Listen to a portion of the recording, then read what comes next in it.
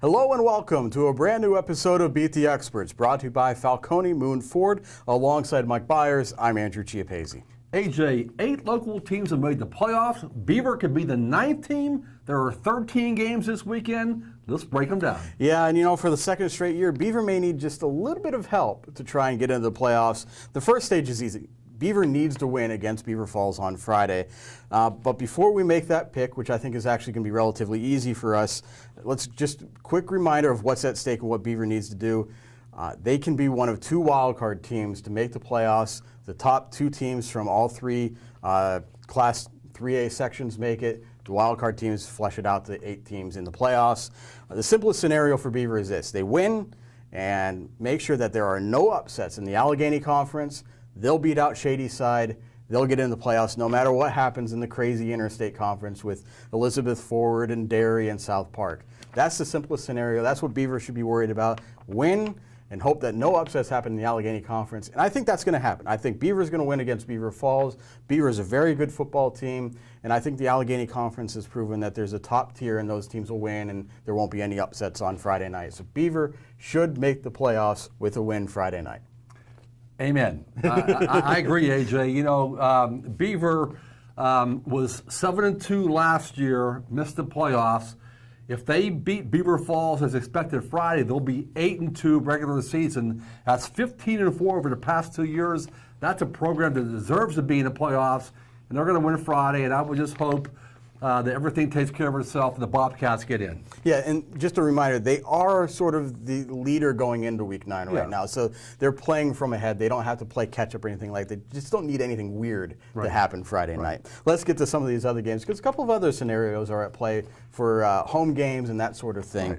Start, as usual, in Class 5A, West Allegheny at Moon. Who do you have? West Allegheny.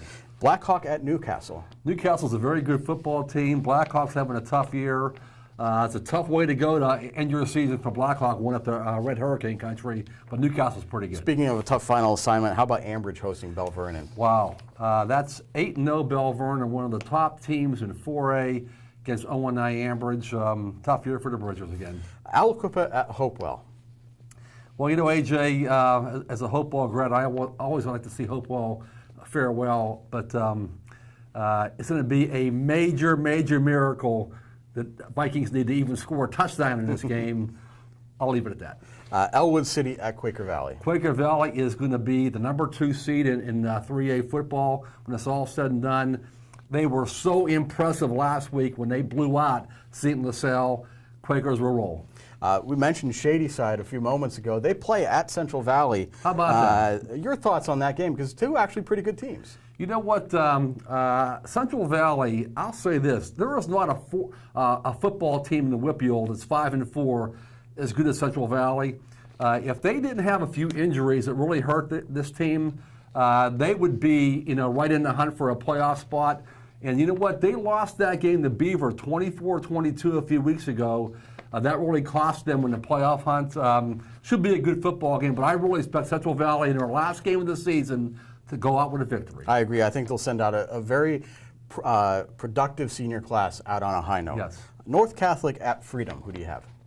You know what? Freedom's banged up right now. There's a pretty good chance that running back Kyle Borgman and quarterback Zach Rosa are out with knee injuries.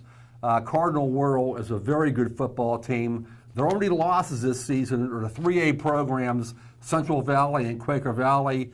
No question in this game, Cardinal Whirl's going to win. Very impressed with how North Catholic has come on against Class 2A competition. Yes. How about New Brighton at Riverside? Any chance for the Lions to pull off an upset? I don't think so. New Brighton's been playing well latter part of the season, but Riverside's just too good. Waynesburg at Southside in a non-section game. Southside opened the season with 2 straight wins. They've lost 7 in a row. But that streak comes to an end. They shall win Friday night. Depth a big problem for the Rams all season long. Very small classes, and I think that'll actually benefit them going forward, and it'd be nice to end up with a win. Big game in the Big 7, a game for a guaranteed home game, Western Beaver at Rochester. Who do you have? You know what, I was kind of on Western Beaver's bandwagon for a while there, but they've lost 2 of their last 3 games. They lost at Stowe Rocks, and they lost at home Saturday to West Green. Rochester has bounced back after that 2-game losing streak. I just like the Rams at home. They're playing pretty good football right now. They'll be home for the playoffs. Big thing for Rochester is a lot of those guys have been through games like this and some big games. New territory for Western Beaver. I'm sure they're excited to be in the playoff mix finally and get a chance to play in a playoff game, but I think Rochester wins on Friday night. Northgate at Cornell. Raiders still looking for that win.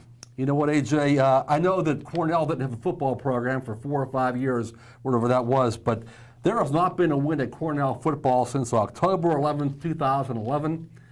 It's going to happen Friday night. They're going to pull a big upset and beat Northgate for the Raiders' first win in a long time. How about that? I've been pulling for Cornell all year long, and I didn't even make that pick. But okay, we'll go with Mike's pick of Cornell finally. Mike, a very interesting game in the Big Seven on Saturday, the last game of the regular season. A surging Stowe Rocks team against Olsh. The Chargers have a chance to clinch their first section title in program history. And there's some interesting connections in this game as well. There's some very interesting connections because, first of all, Olsh coach Dan Bradley coached 2 years at Stowe Rocks, had 2 very good teams. In fact, took the Vikings to the WPIAL final both of those years. Several players on the Olsh roster are from Stowe Rocks, and like you said, Stowe Rocks lost their first 6 games of the year, made some personnel changes, have won 3 straight. But that being said, the Chargers will win and win that conference. Been very impressed with Olsh's mindset all year long. Even when they've struggled, they've been able to bounce back. I think they win as well. That does it for this week's episode of Beat the Experts. You can keep track of all of these games this weekend on timesonline.com. And join us at noon Wednesday and noon Thursday for the latest editions of Game On. So for Mike Bires, I'm Andrew Chiappazzi. That does it for now. We'll see you soon.